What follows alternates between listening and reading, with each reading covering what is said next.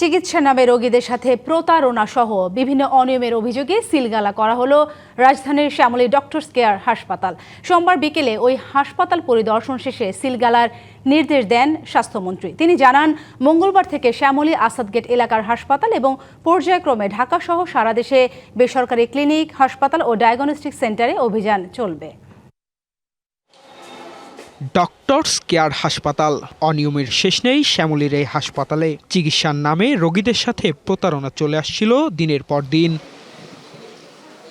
সম্প্রতি অষ্টম শ্রেণী পাস একজনের অর্থোপেডিক সার্জন সেজে অস্ত্রোপচারের সংবাদ প্রকাশের পর সোমবার ওই হাসপাতালে পরিদর্শনে যান স্বাস্থ্যমন্ত্রী সরদার সাখাওয়াত হোসেন।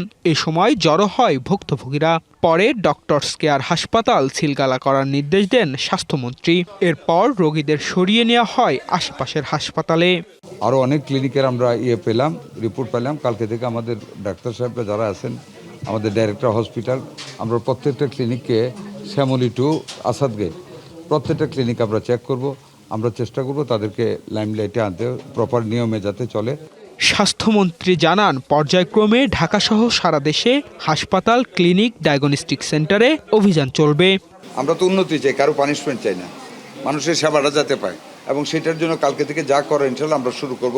এই প্রাইভেট ডায়াগনস্টিক সেন্টার এইসব যেগুলি এটা যেরকম করছে, এরকম যারা করে এদের বিরুদ্ধে আমরা ড্রাস্টিক অ্যাকশনে যাবো ইনশাল্লাহ। Partha Saha, DBC news, Dhaka. নগদ নিয়ে এলো হার না মানা হার অফার। সর্বনিম্ন 10,000 টাকা রেমিটেন্স নগদে পাঠালে থাকছে স্বর্ণের হার জেতার সুযোগ।